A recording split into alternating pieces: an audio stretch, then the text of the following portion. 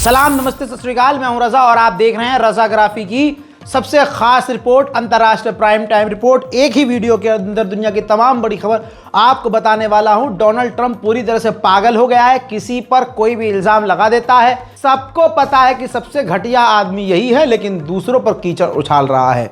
Middle east की हालत America ने क्या की है आपको पता है, लेकिन अब इधर भी गंद मचा रहा है। भारत पर इल्जाम लगाया है डोनाल्ड ट्रंप ने कि भारत तस्कर है। इनकी वजह से, बल्कि मैं पूरा बताता हूं कि भारत पाकिस्तान समेत 23 अलग अलग देशों को, भारत पाकिस्तान का नाम लेकर 23 और अलग अलग देशों को डोनाल्ड ट्रंप ने तस्कर घोषित कर दिया। आप देख रहे हैं, भारत एक बेहतरीन साथी हुआ करता था अमेरिका का। एक तरफ अमेरिका आज भी कहता है कि भारत हमारा साथी है, दूसरी तरफ से हमें वो तस्कर भी कह रहा है कि इनकी वजह से, क्योंकि ये जो देश हैं भारत, पाकिस्तान और 23 और देश, ये जो है केमिकल बना रहे हैं खतरनाक, जिनकी वजह से अमेरिका मुश्किल में है और अमेरिका में नशा फैल रहा है, जबकि सारी दुनिया जानती है कि ये सारी गंदगी अमेरिका की है। दूसरी तरफ दोगलापन इसका ये देखिए, एक तरफ भारत को उल्टा सीधा कह रहा है, दूसरी तरफ भारत के माननीय प्रधानमंत्री के बर्थडे पर, जन्मदिन पर डोनाल्ड ट्रंप ने उनको फोन करके विश भी किया है। अब सुनिए फिर से ट्विस्ट। यूरोप यूनियन से डोनाल्ड ट्रंप प्रेशर डाल रहा है, कह रहा है कि भैया भारत पर और चीन पर 100% टैरिफ लगाओ।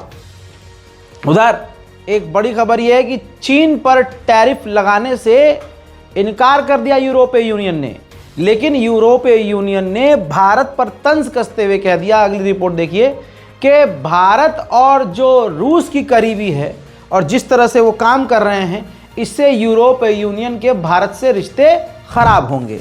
वहीं भारत के प्रधानमंत्री ने ट्वीट करके जानकारी दी कि हमारे मेरे बर्थडे पर रूस के राष्ट्रपति व्लादिमीर पुतिन ने भी मुझे फोन करके मुबारकबाद दी है। वहीं दोस्तों नेपाल से आ रही है बड़ी खबर, तस्वीर आपके सामने। नेपाली डेलीगेशंस और नेपाल की प्रधानमंत्री से नेपाल में मौजूद भारत के एम्बेसडर ने मुलाकात की है। नेपाल में अब सब कुछ स्टेबल है, सरकार नई बना दी गई है और अब पूरी जो नेपाल की जनता है इस सरकार से खुश है। उधर ब्रिटेन ने भारत का दिया है साथ, अमेरिका को दिया झटका और साफ कह दिया कि हम भारत पर टैरिफ नहीं लगाएंगे। भारत की जनता ने इतनी बेहतरीन सरकार चुनी है कि अब इसी देश के, भारत के जो रक्षा मंत्री माननीय राजनाथ सिंह हैं, उन्होंने कहा है कि भारत को लगभग सीधा 5 साल तक की जंग के लिए तैयार रहना चाहिए।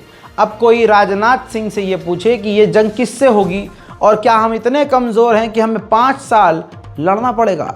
उधर 2040 तक प्लान भारत का ये है कि 20 ड्रोन स्क्वाड्रन शामिल करेगी, यानी 20 अलग अलग ड्रोन्स के ग्रुप होंगे। 2040 तक भारत की ये तैयारी है ताकि हम अपने आप को मजबूत कर सकें और हमारी एयरफोर्स मजबूत हो। उधर ताइवान भारत के करीब आ रहा है, चीन को यह अच्छा नहीं लगेगा। ताइवान भारत से बातचीत कर रहा है ताकि भारत से ताइवान रेयर अर्थ मिनरल खरीद सके। मोहतरम हजरात, उधर नेपाल से आई है दुख देने वाली खबर। नेपाल में प्रदर्शन के दौरान जो लोग मारे गए हैं उनका अंतिम संस्कार हुआ है और काफ़ी भावनात्मक तस्वीरें थीं, दिल दुखाने वाली तस्वीरें थीं।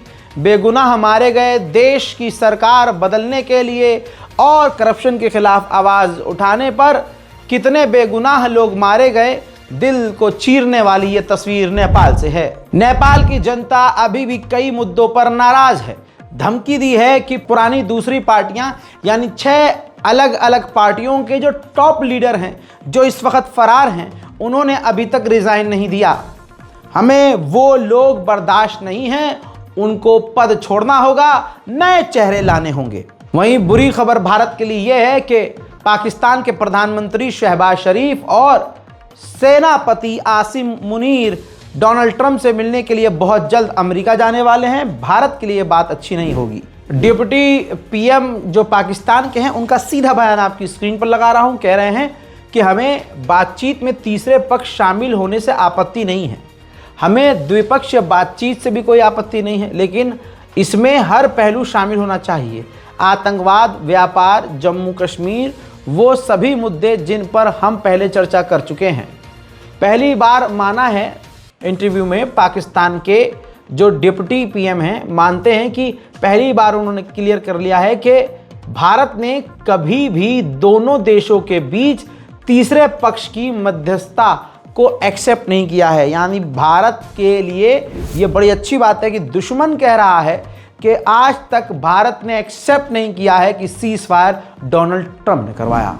उधर पाकिस्तान ने तालिबान को धमकी दी है, वार्निंग दी है कि हर हाल में तहरीक तालिबान पाकिस्तान से तालिबान हर तरह के टाइज तोड़ ले तो ये उसके लिए अच्छा होगा। खतरनाक खबर यह है कि बांग्लादेश में अचानक से हलचल मचती है। कुछ मीडिया रिपोर्ट सामने आती हैं कि वहां पर रेडिसन ब्लू के होटल के 80 रूम बुक हैं। किसके लिए? अमेरिका की फौज के लिए। कहा जा रहा है जियो पॉलिटिक्स बाढ़ आ गई है, इंटरनेशनल पॉलिटिक्स में बाढ़ आ गई है कि बांग्लादेश के अंदर अमेरिका की सेना क्या कर रही है। चटगांव में पूरा रेडिसन ब्लू होटल बुक है। माजरा कुछ यूं है, कहा जा रहा है कि म्यांमार पर ऑपरेशन करने के लिए बांग्लादेश में अमेरिका की सेना उतरी है। सबसे डराने वाली बात यह है कि जिस होटल में अमेरिका की सेना रुकी हुई है, उस होटल में जो कमरे बुक हैं वो अमेरिकी सेना के नाम से नहीं है, यानी रजिस्टर में नाम तक नहीं चढ़े हैं। उधर बांग्लादेश की गवर्नमेंट ने बैन कर दिया है कि शेख हसीना का खानदान और पूरा परिवार कभी भी बांग्लादेश में वोट नहीं कर सकता। उधर कोलंबिया से यह आया है वीडियो। कोलंबिया के प्रदर्शनकारी प्रदर्शन करते हुए थाईलैंड के अंदर घुस गए, जिसके बाद थाईलैंड की पुलिस ने गोलीबारी की है, जिसमें कोलंबिया के कई प्रदर्शनकारी घायल हैं। उधर साउथ चाइना सी के अंदर चाइना ने फिलीपींस के जहाज के ऊपर वाटर कैनन से हमला किया है। डेनमार्क ने फेंका है खतरनाक पत्ता। डेनमार्क का है ग्रीनलैंड और ग्रीनलैंड को छीनना चाहता है अमेरिका। उसी ग्रीनलैंड के अंदर डेनमार्क ने यूरोप और दूसरे देशों को इनवाइट किया है साथ में मिलिट्री ड्रिल करने के लिए, लेकिन अमेरिका को उसने इनवाइट नहीं किया। होने वाला है बड़ा कुछ। अमेरिका के राष्ट्रपति डोनाल्ड ट्रंप, तस्वीर आपके सामने, सीधा ब्रिटेन पहुंचे। वहां के किंग और क्वीन से उन्होंने मुलाकात करी, सेना के बड़े अधिकारियों से मुलाकात की, रॉयल पैलेस का उन्होंने दौरा किया और ब्रिटेन से कई तरह की डील भी कर ली है। डोनाल्ड ट्रंप ने बयान ये भी दिया कि बहुत करीब है हम टिकटॉक खरीदने के, हमारा ग्रुप टिकटॉक से डील करके टिकटॉक खरीदने के काफी करीब आ चुका है।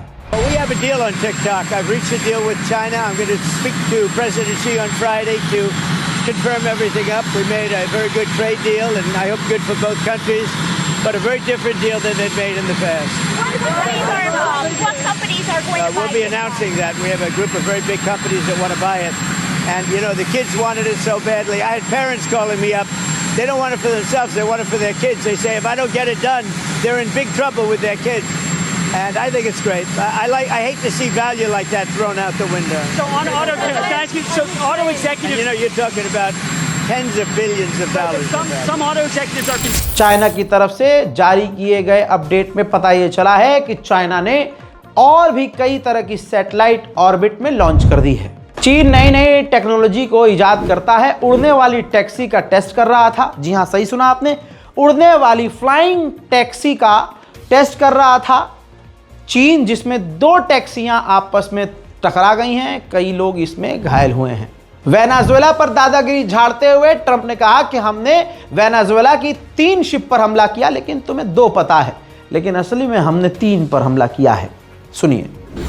President Maduro in Venezuela says that you're getting ready to invade his country. What is his message to him? Well, I would say this right away. Stop sending Tren de Aragua into the United States. Stop sending drugs into the United States. We knocked off actually 3 boats, not 2, but you saw 2. And the problem is there are very few boats out in the water. There are not a lot of boats out in the water. I can't imagine why. Not even fishing boats. There's nobody. उधर Venezuela के support में सबसे आगे Iran नहीं बल्कि Colombia आया है। Colombia ने वेनेजुएला के सपोर्ट में अमेरिका से हथियार लेना सस्पेंड कर दिया है। वेनेजुएला पर खतरा और बढ़ गया है क्योंकि अमेरिका ने अपना सबसे खतरनाक ड्रोन MQ-9 रीपर वेनेजुएला के करीब तैनात कर दिया है। वेनेजुएला के राष्ट्रपति ने ऐलान कर दिया है कि हम बहुत जल्द खतरनाक मिलिट्री एक्सरसाइज ड्रिल करने वाले हैं और हमने बॉर्डर पर फाइटर जेट ड्रोन और डिफेंस सिस्टम तैनात कर दिए हैं। अंतर्राष्ट्रीय प्राइम टाइम शो में आज और अभी के लिए इतना ही। चैनल को सब्सक्राइब कीजिए, वीडियो को शेयर कीजिए, अपनी राय कमेंट सेक्शन में जरूर लिखिए। मैं हूं रजा और आप देख रहे थे रजाग्राफी। जय हिंद।